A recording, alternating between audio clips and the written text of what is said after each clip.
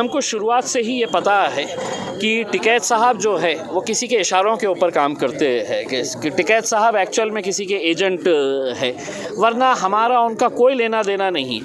हमेशा धमकी उसको दी जाती है जब उसके अंदर ताकत होती है। और मैं बहुत वाहिगुरु जी का शुक्रगुजार करता हूँ। मैंने सिख धर्म में जन्म लिया, मेरे को बहुत ही सुकून मिलता है, बहुत ही मुझे खुशी होती है कि मुझे धमकी आ रही है, मुझे सुन के बड़ा अच्छा लगता है, बहुत मुझे खुशी होती है। मैं तो कहता हूँ और दो धमकी। टिकैत साहब को ये बात बताना चाहता हूँ, अगर ज़बान की ही बात है तो ऐसे 50 टिकैत लग जाएंगे हमारे को, अगर तुम हमारी ज़बान का मुकाबला अगर करेंगे तो तुम जिस लहजे में बात करते हैं उससे कई गुना अच्छे तरीके से हम आपको जवाब दे सकते हैं, लेकिन हमारी सोच इतनी घटिया नहीं है। आपको ही मुबारक है, आप इस तरह की बातें करते रहिए। जामिया और शाहीन बाग के अंदर हमारी माएँ और बहनें बैठी हुई थी जब ये केजरीवाल ने ये बात कह दिया था कि कोई आम आदमी पार्टी का नेता, कोई चाहे छात्र नेता हो चाहे कोई बड़ा नेता हो, उस साइड पर जाएगा नहीं, ना जामिया जाएगा ना शाहीन बाग जाएगा। अगर किसान बिल आया था, सिखों ने जाटों के साथ मिल के अगर बिल को वापस लिया तो आपका बिल है, आप भी वापस ले जाना चाहते हो तो ले लो, लेकिन आपको मुतहद होना पड़ेगा, आपको लड़ना पड़ेगा, आपको सड़कों पर आना पड़ेगा। पहले महिलाओं ने जो मोर्चा संभाला था उसको जो दोबारा से कायम करना पड़ेगा। तो अब केजरीवाल का क्या साथ दिया जाएगा? जो वो केजरीवाल जिसने दिल्ली के अंदर दंगे करा दिए, वो केजरीवाल जिसने मरकज़ के अंदर ताला लगवा दिया, सील लगवा दी, उस केजरीवाल का साथ मुसलमान कैसे देगा? हिस्सेदारी मतलब है कि बराबर में आप उसको कुर्सी पर बिठाएं, और जब मुस्लिम मुद्दों के ऊपर बात होती है, जब मुसलमानों को मारा जाता है, तो आप ग्राउंड पर जाकर ये बात कहें कि मुसलमान वो है 82% मुसलमान दिल्ली का जिसने अरविंद केजरीवाल को हुकूमत दी है, अरविंद केजरीवाल को उसने फर्श से उठाकर अर्श पर बिठाया है। आप उसकी अहमियत आपके दिल में कुछ नहीं है। अगर शराब के ठेके खोलने पे उनको राजस्व वसूल हो रहा है तो अफीम के भी खोल दें, गांजे के भी खोल दें, ठीक है, और को जो 2-4 नशे बचे हैं चरस के भी खोल दें। उसको क्यों नहीं खोलते? उसको भी खोल देना। जब इनके बच्चे पीना शुरू करेंगे, जब इनके बच्चे घर पे पी के आएंगे, तब इनको समझ आएगी कि हमने क्या करा। इंशाल्लाह जब भी मौका मिलेगा, जब भी हिकमत से काम लिया जा रहा है, जब भी वो मौका आएगा, जब हमें लगेगा कि हमारे ऊपर दोबारा जुल्म हो रहा है, एनआरसी सीएए एनपीआर दोबारा लागू किया जा रहा है, हम दोबारा इंशाल्लाह पूरी मजबूती के साथ सड़कों पर उतरेंगे।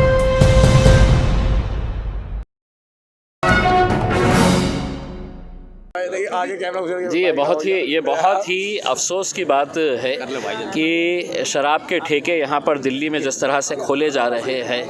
शराब पीकर जब एक इंसान अपने घर जाता है तो वो अपने परिवार के साथ किस तरह का सलूक करता है, और ख़ास तौर से जब एक गरीब मज़दूर दिन भर की मेहनत करके घर जाता है, उसके घर वाले इस इंतज़ार में रहते हैं कि ये कुछ पैसे लेकर आया है तो हम घर वालों को, बच्चों को खाना खिला सकेंगे करके। लेकिन ये जो केजरीवाल साहब जो कर रहे हैं, आम आदमी पार्टी जो दिल्ली में कर रही है, मेरे हिसाब से हम तो सिर्फ इतना ही कहना चाहेंगे कि ये क़ानून इस तरह का है कि अगर किसी इलाके के अंदर शराब की दुकान नहीं खोलना है तो वहाँ के इलाके के लोग ये कर सकते हैं, बाज़ाब्ता वोटिंग कराई जा सकती है, क्योंकि एक्साइज के अंदर ये क़ानून है। और महिला अगर सड़क के ऊपर उतर आई और महिलाओं ने ये तय कर दिया है कि अब हम यहाँ पर अपने इलाके के अंदर शराब की दुकानें नहीं खोल सकते हैं, तो वो कानून लेकर आ रहे हैं। देखिए महिला शक्ति के आगे क्या होता है करके। सर राकेश टिकैत हैदराबाद जाकर कहते हैं कि एक सांड खुला हुआ है, जगह जगह जा रहा है, बीजेपी को डायरेक्ट फायदा पहुंचा रहा है, क्या कहना चाहिए? देखिए कैसा है कि आप एक किसान नेता है बोल के अपने आप को पेश करते हैं। हम किसानों की बहुत इज्जत करते हैं, इसलिए इज्जत करते हैं कि आज ये मुल्क जो चल रहा है, ये मुल्क के अंदर अगर हम आज अपना पेट भर पा रहे हैं तो इस मुल्क के किसानों की वजह से। लेकिन हमको शुरुआत से ही ये पता है कि टिकैत साहब जो है वो किसी के इशारों के ऊपर काम करते हैं कि टिकैत साहब एक्चुअल में किसी के एजेंट है, वरना हमारा उनका कोई लेना देना नहीं। लेकिन वो ख़ास हैदराबाद में जाकर इस तरह की भाषा का इस्तेमाल करते हैं, तो मैं टिकैत साहब को ये बात बताना चाहता हूँ, अगर ज़बान की ही बात है तो ऐसे 50 टिकैत लग जाएंगे हमारे को, अगर तुम हमारी ज़बान का मुकाबला अगर करेंगे तो तुम जिस लहजे में बात करते हैं उससे कई गुना अच्छे तरीके से हम आपको जवाब दे सकते हैं, लेकिन हमारी सोच इतनी घटिया नहीं है। आपको ही मुबारक है, आप इस तरह की बातें करते रहिए। उन्होंने कहा था चचा जान आ गए हुए, बच के रहना है सर, फिर उनका ये बयान भी आ गया सर। अभी चचा जान को देखे कहाँ है, उसके अंदर चचा जान से मिलेंगे, निलंबित कर दिया, उसी पे। देखिए ये एक डेमोक्रेसी के लिए एक बहुत ख़तरनाक एक ट्रेंड भारतीय जनता पार्टी ने पार्लियामेंट के अंदर लाया है कि हम अगर कुछ बोलेंगे, हम कोई क़ानून लेकर आएंगे, तुमने आग बंद करके उसके ऊपर हाँ बोल देना और उसको कबूल कर लेना करके। देखिए सर, जो मैं इसमें यही कहना चाहूँगा कि जब आप मुत्तहिद रहें, आप लोग एक रहें, आपकी 20% की जो कम्युनिटी है, 20% की जो आपकी तादाद है, अगर 20% की तादाद अगर मुत्तहिद हो जाए तो ये बिल बहुत मुश्किल नहीं है इसको वापस लेना, क्योंकि सरकारें आती हैं, अपने कुछ गलत फ़ैसले करती हैं, उनको वापस लेती हैं। जो किसान बिल था वो एक गलत फ़ैसला था और उस गलत फ़ैसले को उनको वापस लेना पड़ा, क्योंकि सिख जाटों के साथ मिलके जो है एक हो गए थे। उन्होंने अपना स्थान नहीं छोड़ा, उन्होंने अपनी जो है दम नहीं छोड़ा, अपनी ताकत नहीं छोड़ी, और उस ताकत के बल पे, उस दम के बल पे उन्होंने उस बिल को वापस लिया। मैं उन 750-800 लोगों का, किसानों का मैं अदा नहीं कर सकता उनका जो उन्होंने जो कुर्बानी दी इस बिल के लिए। हमने देश को आज़ाद होते हुए देखा था, देश के टाइम जो आज़ादी हुई थी तब कुर्बानियाँ हुई थी, वो हमने सुना था। 84 के राइट्स में अमृतसर के अंदर जो है काफ़ी सारे हमारे सिख भाई जो है, हमारे जो भिंडरा वालों की फ़ौज थी वो हमारी शहीद हुई थी। लेकिन मैंने अपनी होशोवास में ये जो 750 जो मैंने जो देखी हैं अभी, जो बलिदान देखा है इस देश के लिए, इस देश को बचाने के लिए जो बलिदान देखा है, इस किसान को बचाने के लिए जो बलिदान था 750 हमारे किसानों का, मैं उनको नमन करता हूँ, मैं उनको सैल्यूट करता हूँ, मैं उनके लिए हमेशा जिस तरह से किसान आंदोलन में सारे लोग, पूरे हिंदुस्तान के लोग खड़े थे, लेकिन सीएनआरसी को लेकर कोई खड़ा नहीं रहा। नहीं, ये आपकी गलत फहमी है कि यहाँ हम लोग हैदराबाद में गए थे, हम लोग एमपी गए थे, हम लोग लखनऊ गए थे, काफ़ी जगह पे हमारे को जाने का मौका मिला था कि सीएनआरसी का प्रोटेस्ट जो है सभी जगह चल रहा था, ऐसा नहीं है। लेकिन वो बस फ़र्क इतना था कि वो हमारी दादियों का आंदोलन था, हमारी बहनों का आंदोलन था, हमारी माओं का आंदोलन था। उसमें हमारे भाइयों का रोल बहुत कम था। से जब पूछा गया तो कहे कि असुद्दीन ओवैसी और बाद में मिल के सुलह कर ले, मतलब क्या इसमें कहाँ? देखिए टिकैत साहब, देखिए मैं टिकैत साहब की रिस्पेक्ट करता हूँ, क्योंकि उन्होंने किसान आंदोलन को बचा के रखा, किसान आंदोलन को जीत के ले गया है। मैं उनको सैल्यूट करूँगा, उन किसानों की तरफ सैल्यूट करूँगा, एक हिंदुस्तानी होने के नाते मैं उनको सैल्यूट करूँगा। लेकिन अब ठीक है, उनकी अपनी जो थॉट्स हैं उसके ऊपर मैं कोई बात नहीं करूँगा। लेकिन असदुद्दीन ओवैसी जो काम कर रहे हैं वो बहुत बढ़िया काम कर रहे हैं, बहुत बेहतरीन काम कर रहे हैं। मुस्लिम कौम के लिए एक फरिश्ता बन के आए हैं। आज अगर ये फरिश्ता नहीं आएगा तो दोबारा वो, लेकिन ये मुद्दा बस असदुद्दीन ओवैसी का थोड़ी है, पूरे मुसलमान के लिए। नहीं, देखिए अब आप बात करते हैं कि असदुद्दीन ओवैसी का मुसलमान नहीं है क्या? वो 5 वक्त नमाजी नहीं है क्या? सर मेरा कहने का मतलब ये है कि बस असदुद्दीन ओवैसी इस पे अब आगे आएंगे कि दिनेश बिंद्रा भी आगे आएंगे। नहीं, देखिए जिसको ऊपर वाला जो है वाहिगुरु, जिसको अल्लाह ताला, जिसको परवरदिगार जिसको मौका देगा वही आगे आएगा। ये भी जो है ऊपर से आदेश होता है, ये कोई सोच नहीं होती है कि ये आएगा तो ये होगा, वो आएगा तो वो होगा। नहीं, अब अगर हम लोग बात करते हैं, हमारे हिंदू भाइयों की बात करते हैं तो कुछ लोग निकल के आए और उन्होंने राम मंदिर की बात रखी और राम मंदिर बना। तो किसी को तो बीड़ा उठाना पड़ेगा। बस अगर हम सभी लोग सोए रहेंगे, सोचेंगे तुम करो तुम करो तुम करो, तो हम लोग सोए रह जाएंगे। अच्छा सर, जिस तरह ये उत्तर प्रदेश की आपकी तैयारी चल रही है, बहुत शानदार चल रही है। जी, क्या लग रहा है दिल्ली में लोग भरोसा दिखाएंगे आपको? नहीं, भरोसा आज आप देखिए ना, NDMC Zone 2 की मीटिंग थी, मतलब एक 4 डिस्ट्रिक्ट की मीटिंग थी, कोई पूरी दिल्ली की मीटिंग नहीं थी। और आप यहाँ देखिए दिल्ली का कोई भी यहाँ पर नहीं था, सिर्फ NDMC Zone जो हमारे उबैद भाई हैं, ये उनकी ताकत थी, ये मुकीम कुरैशी भाई की ताकत थी, ये इमरान भाई की ताकत थी, जो उन्होंने लगाई, दिन रात लगा के एक किया और इसको पूरे अवाने गालिब को पूरा भर दिया, अंदर भी भर दिया और बाहर तक लोग जो है भरे हुए थे। MIM पार्टी ज्वाइन किया, क्या? सर मेरे को 7 साल हो गए MIM पार्टी के अंदर, मैंने अभी ज्वाइन नहीं किया। 7 साल से मैं MIM के साथ हूँ, असद साहब के साथ हूँ, आज से नहीं हूँ मैं। वो बात अलग है कि हम लोग सुर्खियों में नहीं आए थे, शाहीन बाग का लंगर लगा था, हम लोग सुर्खियों में आए थे, तो तब हमें लोगों ने ज़्यादा पहचाना। लेकिन हम लोग 7 साल से जो है असद साहब के साथ हैं और हम लोग मेहनत कर रहे हैं। और मैं मुकीम भाई को कहूँगा कि आप 2 मिनट के लिए इधर आ जाए मेरे पास। इमरान भाई आप भी आ जाएँ। जिस तरह से आपने खुद कहा कि सर मन से कहा कि आपको धमकियाँ आती, आप इधर आ जाओ जी। धमकियाँ आती है आपको, तो क्या माना सर बड़ा अच्छा लगता है, बहुत मज़ा आता है जब धमकी आती है। तो हमें भी लगता है कि यार हमने कुछ ऐसा तो किया कि हमें धमकी आ रही है, हमें बड़ी खुशी होती है। ये तमके होते हैं जब देखिए हमेशा धमकी उसको दी जाती है जब उसके अंदर ताकत होती है। और मैं बहुत वाहिगुरु जी का शुक्रगुजार करता हूँ। मैंने सिख धर्म में जन्म लिया, मेरे को बहुत ही सुकून मिलता है, बहुत ही मुझे खुशी होती है कि मुझे धमकी आ रही है, मुझे सुन के बड़ा अच्छा लगता है, बहुत मुझे खुशी होती है। मैं तो कहता हूँ और दो धमकी, मैं तो उसको आराम से सुनता हूँ, 10 मिनट 15 मिनट जितनी देर आपने गालियाँ देनी है दीजिए, मैं बहुत खुश होता हूँ उनको सुन के। सर कुछ लोग कह रहे हैं, सर मुस्लिम कौम से ही कह रहे हैं कि उत्तर प्रदेश में अखिलेश को हराएंगे और यहाँ केजरीवाल को हराने आ गए हैं, मतलब बीजेपी को फायदा डायरेक्ट इनडायरेक्ट पहुँचाने के लिए आप लोग आए। सर देखिए किसको फ़ायदा हो रहा है, किसको नुकसान हो रहा है, हम उस पर नहीं जाते हैं। हमारी किसी पार्टी से लड़ाई नहीं है, हमारी किसी पार्टी से लेना देना नहीं है। हमें सिर्फ हमें मुस्लिम कौम को मुताहिद करना है, उनको कहना है कि एक प्लेटफॉर्म पे आ जाओ और अपने असद को पहचानो, अपनी पतंग को पहचानो, MIM को पहचानो और उनको जो है वोट दो। तो बस मुसलमान में एक साथ हो जाएंगे तो क्या जीत आप लोग हासिल हो पाएगी? सर अगर सिख सबका साथ सबका विकास, सर मैं एक बात कहता हूँ, अगर सिख के साथ क्यों आएगा कोई? सर हमारे साथ क्यों आएगा? अपनी कौमों के लिए आएगा ना, अपनी नस्लों को बचाने के लिए आएगा। हम नहीं कह रहे हम आप हमारे लिए आओ या उसके लिए आओ। अगर किसान बिल आया था, सिखों ने जाटों के साथ मिल के अगर बिल को वापस लिया तो आपका बिल है, आप भी वापस लेना चाहते हो तो ले लो, लेकिन आपको मुतहद होना पड़ेगा, आपको लड़ना पड़ेगा, आपको सड़कों पर आना पड़ेगा। पहले महिलाओं ने जो मोर्चा संभाला था उसको जो दोबारा से कायम करना पड़ेगा। भाई क्या केजरीवाल का साथ आप लोग छोड़ दिए क्या? केजरीवाल का साथ तो बहुत टाइम से छोड़ दिया, जब इमामों की तनख्वाह देनी बंद कर दी और वक्फ बोर्ड में ऐसे लोगों को बिठा दिया जो मतलब इमामों की हमारी तनख्वाह ही नहीं दे रहे, तो अब केजरीवाल का क्या साथ दिया जाएगा? जो वो केजरीवाल जिसने दिल्ली के अंदर दंगे करा दिए, वो केजरीवाल जिसने मरकज़ के अंदर ताला लगवा दिया, सील लगवा दी, उस केजरीवाल का साथ मुसलमान कैसे देगा? अफ्तार पार्टी भी करवाता था जिसमें आप लोग अफ्तार पार्टी तो मुसलमान के पैसे से तो कराता था, एक खजूर खाने से कोई रोज़ा थोड़ी रख लेता है। रोज़ा रखने के लिए पूरा दिन उपवास रखना पड़ता है भाई। तो क्या लग रहा है अरविंद केजरीवाल को सीधा टक्कर आप लोग दे पाएंगे? दे पाएंगे, क्यों नहीं दे पाएंगे?